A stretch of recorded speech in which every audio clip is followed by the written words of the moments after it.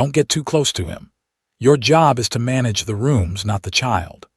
The voice, belonging to Mrs. Sterling, was like the clink of ice cubes in an empty crystal glass, clear, cold, and brittle.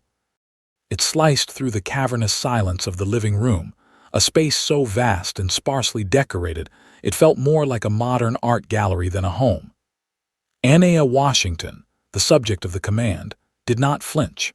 Her hands, steady and sure, continued their slow, rhythmic wipe of the black marble mantelpiece.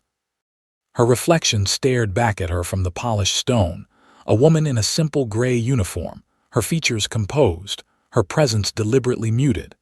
She had perfected the art of becoming part of the background, a shadow that tidied other shadows. The child in question, 7-year-old Leo Sterling, was curled on a white leather sofa that was easily 3 times his size. He was a small island in an ocean of sterile luxury. An expensive tablet glowed in his lap, its speaker silent, its screen a swirl of vibrant, meaningless colors. He wasn't looking at it. For the last 10 minutes, his dark, watchful eyes had been fixed on Anea. He watched the way her cloth moved in perfect, overlapping circles, leaving no streaks. He watched the way her feet made no sound on the polished concrete floors. He listened not to the tablet, but to the sound that was almost too quiet to hear, a soft, melodic humming that seemed to emanate from her very being. It was a tune he'd never heard on any device or from any teacher, a simple, looping melody that felt ancient and warm, like a ray of sunlight in that cold, gray room. Anea was aware of his gaze. She was always aware of Leo. While the rest of the household, his powerful father, his immaculate mother, the rotating cast of tutors and nannies, treated him like a delicate, temperamental asset to be scheduled and managed, Anea saw something else. She saw a little boy holding his breath, waiting for a world that never seemed to arrive. Her humming was not for him, not consciously. It was for herself. It was a remnant of a life before this one, a life of color and noise and community, a life she folded away each morning when she put on her uniform. But the melody had a life of its own. It drifted across the expensive, empty space between them, a thread of connection in a house of disconnected souls. Leo's small fingers, which had been resting on the edge of his tablet, slowly uncurled. His gaze lifted from her hands to her face. For a fleeting second, their eyes met. In his, she saw a profound, startling flicker of recognition, a silent question. A ghost of a smile touched Anea's lips, a micro-expression so faint it barely registered even on her own face. It was a simple human acknowledgement, "I see you." That was when the ice pick of Mrs. Sterling's voice struck. "Anea." Anea's eyes immediately dropped back to the marble. Her subtle smile vanished, erased as cleanly as a smudge from glass. "Your job is to manage the rooms, not the child." Mrs. Sterling stood in the grand archway leading to the dining hall, a tall, severe figure in a cream-colored pantsuit. Her arms were crossed, her expression one of mild but unyielding correction, the kind one might use for a piece of software that had executed a faulty command. She wasn't angry, she was simply restoring order. In her world, every person had a function. Maids cleaned, drivers drove, nannies managed the child. Anea had, for a brief, unprofessional moment, blurred the lines. "Yes, ma'am," Anea said. Her voice was as quiet and unobtrusive as her presence, carefully calibrated to leave no wake. She turned her back to the sofa, to the boy. The humming ceased, swallowed by the oppressive silence. She focused on the mantelpiece, on the specks of dust invisible to anyone but her. She could feel the weight of Leo's gaze on her back, a silent, pleading pressure, but she could not turn. She had been put back in her place. Would you endure this? To have a simple moment of human connection treated as a breach of contract? To be reminded that your worth is measured not by your heart, but by the utility of your hands? Anea took a slow, deep breath, the scent of lemon polish and sterile air filling her lungs. She moved from the mantelpiece to the floor to ceiling windows, her cleaning caddy rolling silently behind her. Outside, a meticulously manicured garden lay under a permanently overcast sky. It was a perfect garden without a single weed or fallen leaf, a place where nothing was allowed to be out of place, just like inside. She began to clean the glass, her reflection once again staring back at her. But now, in the reflection, she could see the room behind her. She saw Mrs. Sterling pivot with a rustle of expensive fabric and disappear. And she saw Leo, who had finally looked down at his tablet. His small shoulders were slumped. The light from the screen cast a lonely, artificial blue glow on his face. The thread between them had been cut. The room was cold again. The silence was absolute. 2 weeks later, the Sterling mansion hosted a small, formal dinner party. It was the kind of event where the silence was more important than the conversation, a gathering of immense wealth and quiet power. Anea moved through the spaces like a ghost, her sole purpose to refresh drinks and remove finished plates, her movements timed to the lulls in discussion. A portly man named Mr. Harrison, a shipping magnate with a booming voice, held his empty wine glass out in her direction without looking at her. "More of the red, please," he commanded the air. As Anea refilled his glass with the steady, practiced hand of a surgeon, he finally turned his head, his eyes crinkling in amusement. He spoke to her slowly, his words loud and over-enunciated as if she were a tourist who had lost her way. "You do good work. Very neat." The other guests offered tight, polite smiles.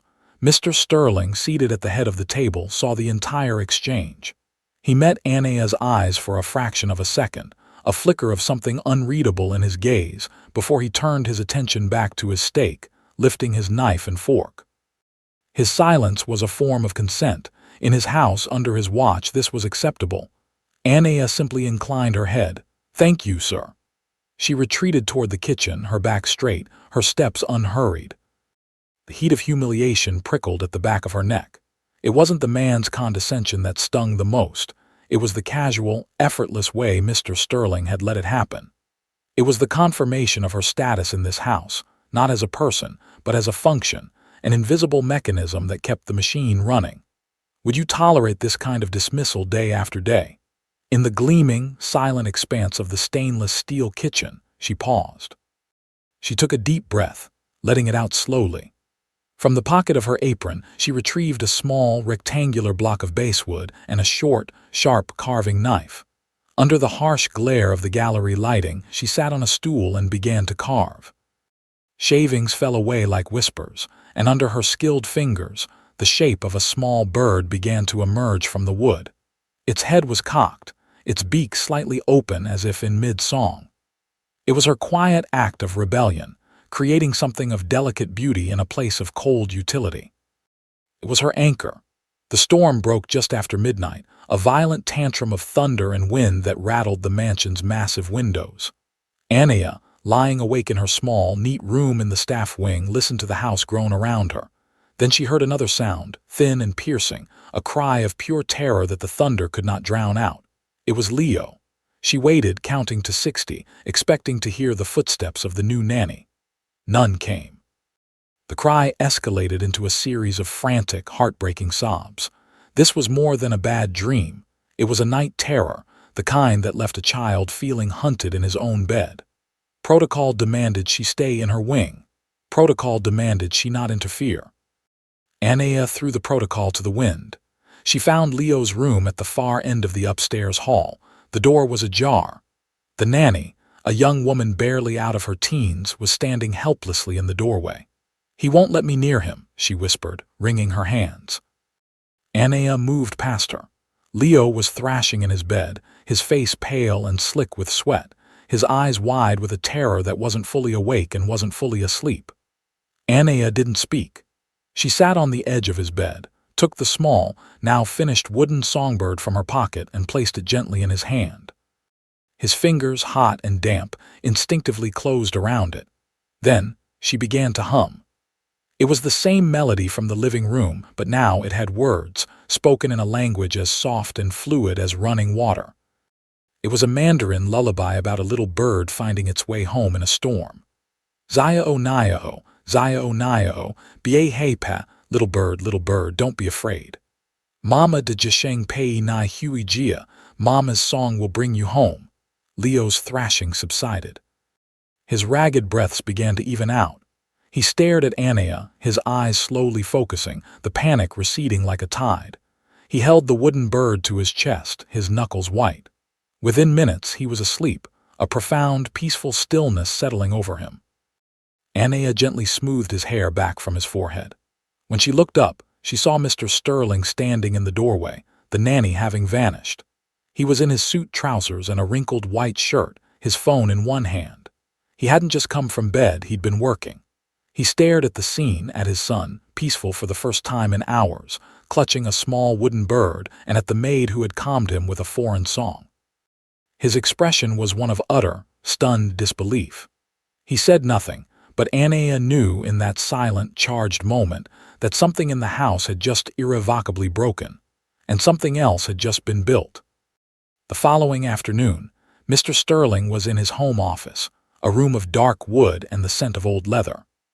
Spread across his desk were the preliminary documents for the monumental deal with a Chinese delegation, a $200 million partnership that would secure his company's legacy. He was on a tense video call with his legal team. "I don't care what the literal translation is," he snapped. "What does it mean? Chen is all about family, tradition. Does this preamble sound respectful, or does it sound like we're a New York hedge fund?" Anea was in the office to dust, her presence so routine that he didn't bother to end his call. As she worked her way around the room, she heard his translator drone on about legal precedents. Mr. Sterling's frustration was a palpable force in the room. "The character for partnership they've used," the translator said, "is the standard one for corporate alliances." Mr. Sterling slammed a pen down. "It feels cold, it feels wrong." Anea had just finished polishing a silver picture frame. Taking a breath that was a risk, she spoke, her voice quiet but clear. "Sir." He looked up, annoyed at the interruption. "The translator is correct," she said softly. "It's the standard character, but it's not the one Mr. Chen used in his initial letter of intent." She paused. "He used the character Huaban. It still means partner, but its roots are older. It speaks of a companion on a long journey. Of family. Using the corporate term is technically correct, but it's a rejection of his gesture." The office fell silent. Mr. Sterling stared at her, his mouth slightly agape. His legal team on the screen was a row of frozen, pixelated faces. He was paying a team of experts thousands of dollars an hour, and the woman dusting his shelves had just provided more valuable insight in 20 seconds than they had in a week. "How do you know that?" he asked, his voice low. "I am observant, sir." Before he could press further, the door swung open and Mrs. Sterling entered, holding a file. "Darling, about the gala seating," she stopped, seeing Anea. Her eyes narrowed. "Anea, what are you doing talking to my husband during his work? You're the help, not a consultant." The moment was shattered. Mr. Sterling's face hardened, the brief flicker of curiosity replaced by his usual impenetrable mask. "It's fine," he said, waving a dismissive hand. "She's finished here." Anea nodded and left the room, the door closing on the opportunity she had briefly, daringly, created. The garden was the only place in the Sterling estate that felt alive. It was Anea's quiet refuge, and increasingly it was Leo's too. One afternoon, while she was tending to a small patch of herbs near the old stone wall, Leo came and sat on the grass beside her. He didn't speak, but he watched her fingers as she gently pinched the leaves of a rosemary bush. "This one smells like pine trees," Anea said, more to herself than to him. She crushed a small leaf between her fingers and held it out. Leo leaned forward and sniffed, his small nose wrinkling. She continued, pointing to another plant. "And this one is mint. In Mandarin, we call it bohei." Leo watched her lips as she formed the word. He picked up his wooden songbird from the grass and traced its wings with his finger. Anea continued her work, creating a comfortable silence between them. After a few minutes, a tiny voice, rusty from disuse, whispered a single word. "Nio." Anea froze. She turned to look at him. He was holding up the songbird, his dark eyes wide and serious. He had spoken, not in English but in her language. He had chosen a word from their secret world. "Yes," Anea said, her voice thick with an emotion she couldn't name. "Nio, bird." She looked at him, at this small, fragile boy who had found a word for her. "You see the world, don't you, little bird?" For the first time since she had arrived, Leo Sterling gifted her with a full, genuine smile. It transformed his face, chasing away the shadows. It was a moment of pure, unscripted connection, a language of their own being built, one word at a time.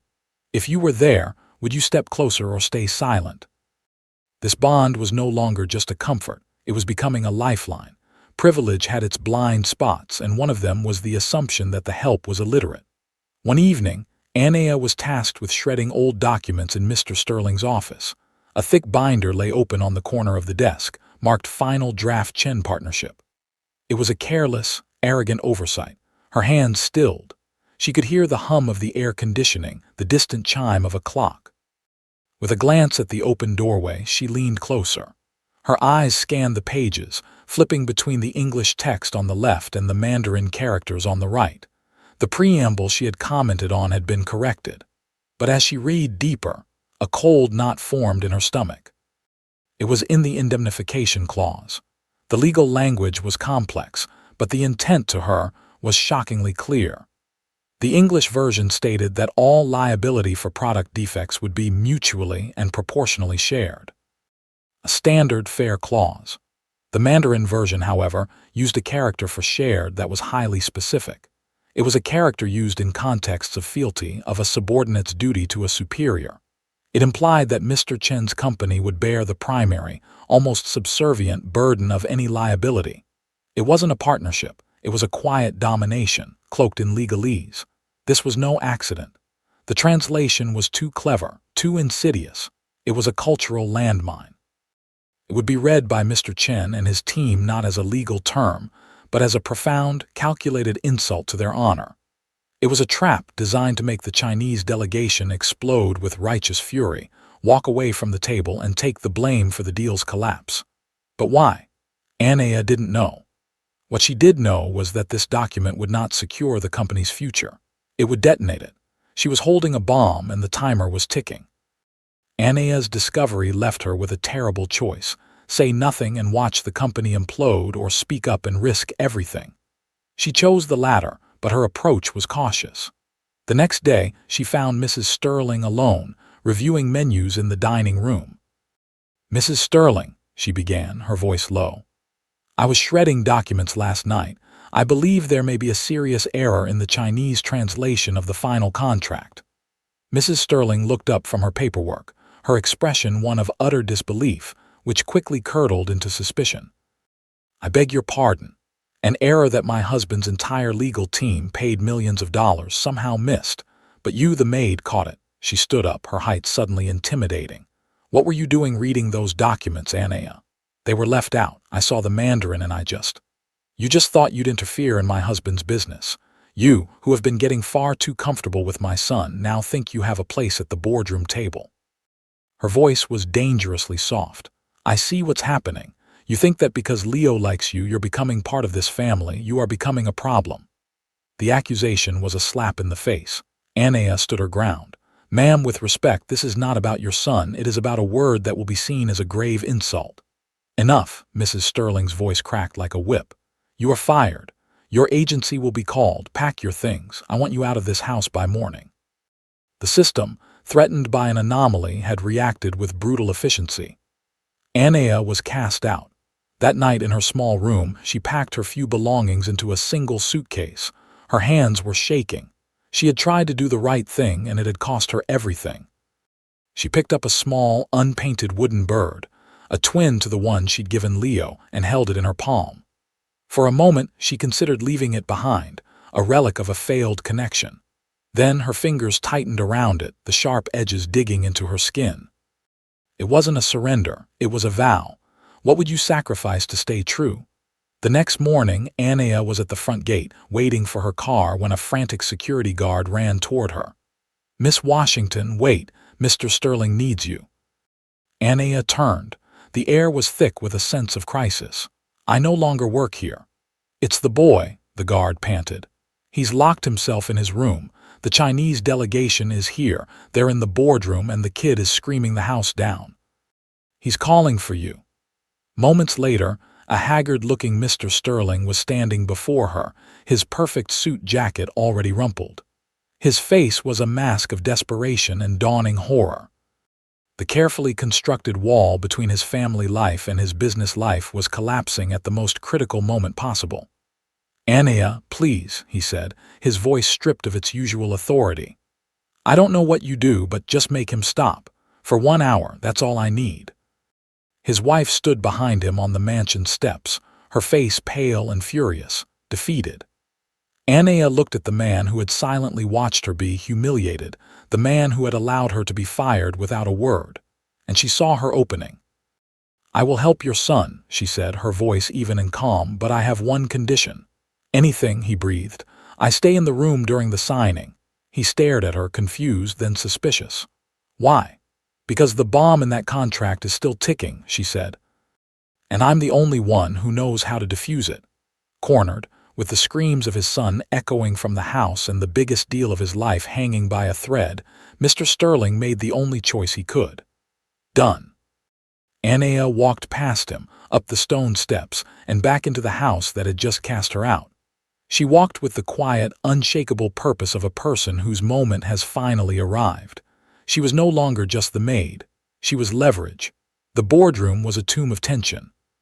The Chinese delegation, led by the stern, impassive Mr. Chen, sat on one side of a massive mahogany table.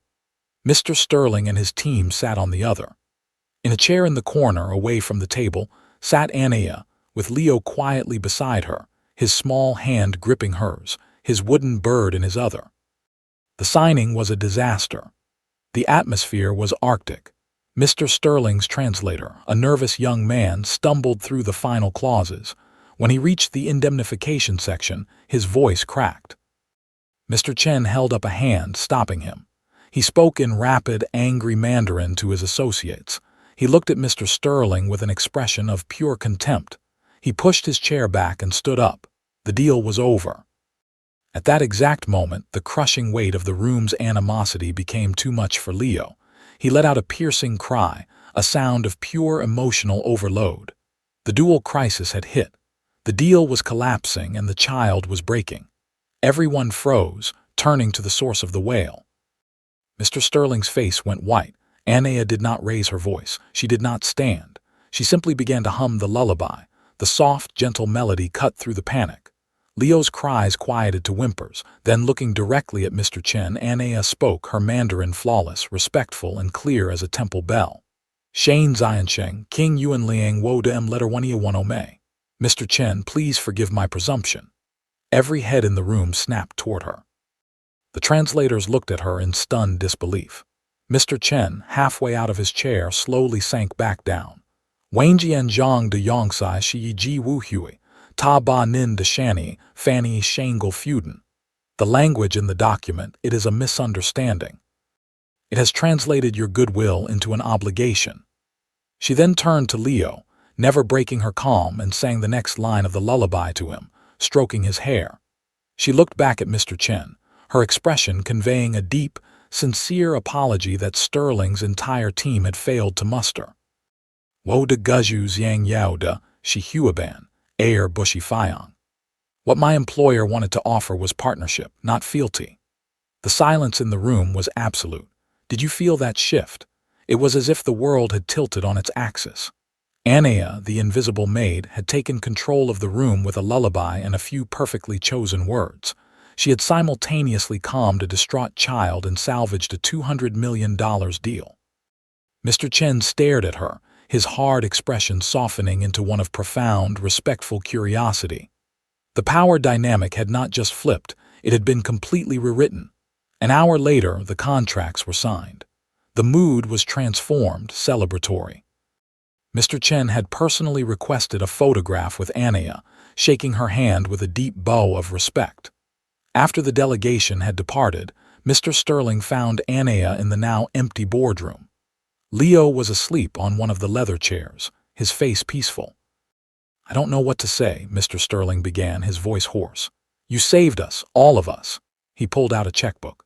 "I will write you a check for any amount you name, a new job, head of communications, whatever you want, it's yours." Anea looked at the sleeping child, then back at the billionaire. The temptation was there, a lifetime of financial security, a title, public recognition. But she had seen the true disease in this house, and money was not the cure. "I don't want your money, Mr. Sterling," she said quietly. "And I don't want a job in a company that is so blind to the talent it already has." His face fell. "Then what do you want?" "I want you to see your son," she said, her words direct and unsparing. "Not as a schedule to be managed, but as a person to be heard." She took a breath. "And I want you to start a foundation, in his name, a place that helps children like him, the ones who are surrounded by everything but see no one. A place for found voices." She added one more condition. "And I want a full audit of your corporate translation and cultural advisory services, so that you never walk into a room so blind again." Her request was not for revenge. It was for restitution. It was not for personal gain, but for systemic healing. What does real justice look like here? In that moment, Anea showed him. It was quiet, it was constructive, and it was devastatingly effective. 6 months passed. The world of the Sterling mansion had been fundamentally altered. Anea now sat in a bright, airy office with large windows overlooking a garden. It was the headquarters of the Leo Sterling Foundation for Found Voices. She wasn't the director. She was the head of program development, a role she had designed for herself. The foundation was thriving, funding innovative art, music, and language therapy programs in underserved schools. It was a testament to the power of a single, well-placed demand. The change rippled back into Mr. Sterling's corporate world as well. The audit she had requested had revealed shocking deficiencies. As a result, Sterling Global now had a mandatory and rigorous cross-cultural communications protocol for all international dealings. Anea had been a paid consultant in its design. They no longer entered rooms blind. One afternoon, Anea looked out her office window and saw Mr. Sterling in the foundation's garden with Leo. He was on his knees in the grass, a block of wood in his hand and a carving knife in the other, clumsily trying to show his son how to shape it. He was a clumsy, awkward man trying to learn a new language, the language of presence. Leo was laughing, a sound that was now common. The change was real, both in the system and in the man. A light rain fell outside, tapping gently against the windows of the foundation's quiet room. Anea sat across from Dr. Evans, Leo's new therapist, a warm, intelligent woman in her 50s. They were sharing a pot of chamomile tea. The air smelled of rain and wet earth, and from a nearby room the faint, happy sounds of children's art projects could be heard. "He's a different boy, Anea," Dr. Evans said, her eyes kind. "He told me the most remarkable thing last week. I asked him about his favorite words. He said he has 2 launch because it's what rockets do and Nio." Anea felt a warmth spread through her chest. "He was very specific," the therapist continued with a smile. "He said not the English one. The one Anea taught me. He said it was the first word that ever felt like it belonged to him." Anea took a slow sip of her tea. This was the applause she had never sought but secretly needed. It was the quiet, professional acknowledgement that her work, her quiet care, her gentle insistence on being seen, had not just averted a crisis, but had genuinely healed a part of the world. In that quiet room with the rain falling, she felt a sense of peace settle over her. She had reclaimed her purpose, not by climbing a ladder, but by steadying the ground for someone else, whose voice helped you heal when no one clapped. The foundation's inaugural gala was everything the Sterlings' private dinner parties were not: warm, filled with laughter, and focused on community. Anea sat at a table near the front, not in uniform, but in a simple, elegant dark blue dress. When Mr. Sterling took the stage, a hush fell over the room. He was a more humbled, more thoughtful man than the one Anea had first met. He spoke about the Foundation's mission, but then he paused, his eyes finding Anea in the crowd. "For most of my life," he began, his voice steady, "I measured my world in transactions, in profits and losses. I thought value was something you could quantify on a spreadsheet." He shook his head slightly. "But the most important value, the kind that can change a life, was shown to me by one person. Miss Anea Washington did not just save a deal. She reminded a father how to listen. She taught me that the most powerful language isn't always spoken in a boardroom. Sometimes it's whispered in a garden or hummed in a dark room during a storm." He raised his glass. "This foundation exists because she had the courage to speak a truth we had all chosen to ignore. Please join me in thanking her." The room rose in a wave of applause. It wasn't for a savior or a hero. It was for a quiet professional, a woman whose profound competence had forced an entire ecosystem to recognize its own deficiencies and in doing so, to become better. Weeks after the gala, Anea was walking a group of potential donors through the foundation's main hall. The space was designed to be welcoming, filled with light and children's art. In the very center of the hall, on a simple pedestal of reclaimed oak, stood a sculpture. It was a songbird, its head cocked as if in mid-song, its wings just beginning to lift.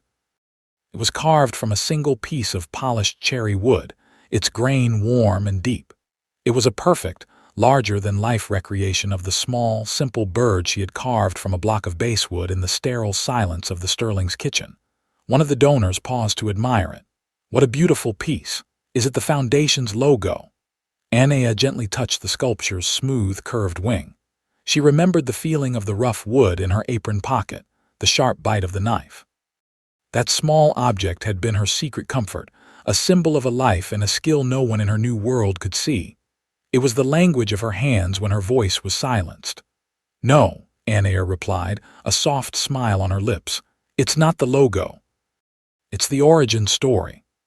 The symbol had completed its journey. From a hidden piece of private dignity, it had been transformed into a public testament of hope, a permanent reminder that the most powerful things often start in the quietest, most unseen places. Did the object's meaning change for you too? From the window of her office, Anea looked down at the foundation's garden. It was a bright, sunny afternoon.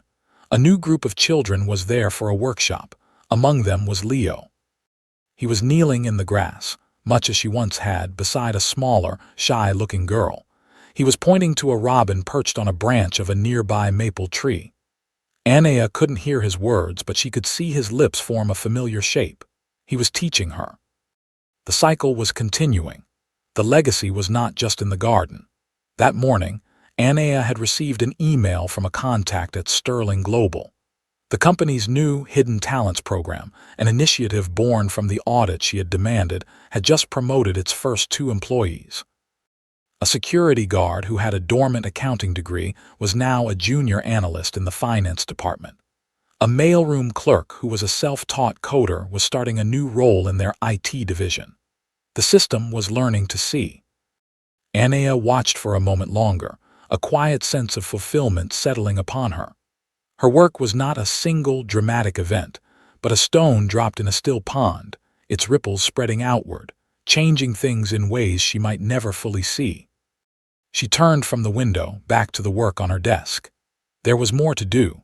The room was no longer cold. The silence was no longer empty. It was filled with possibility. How many hidden talents are waiting just for a chance to be heard?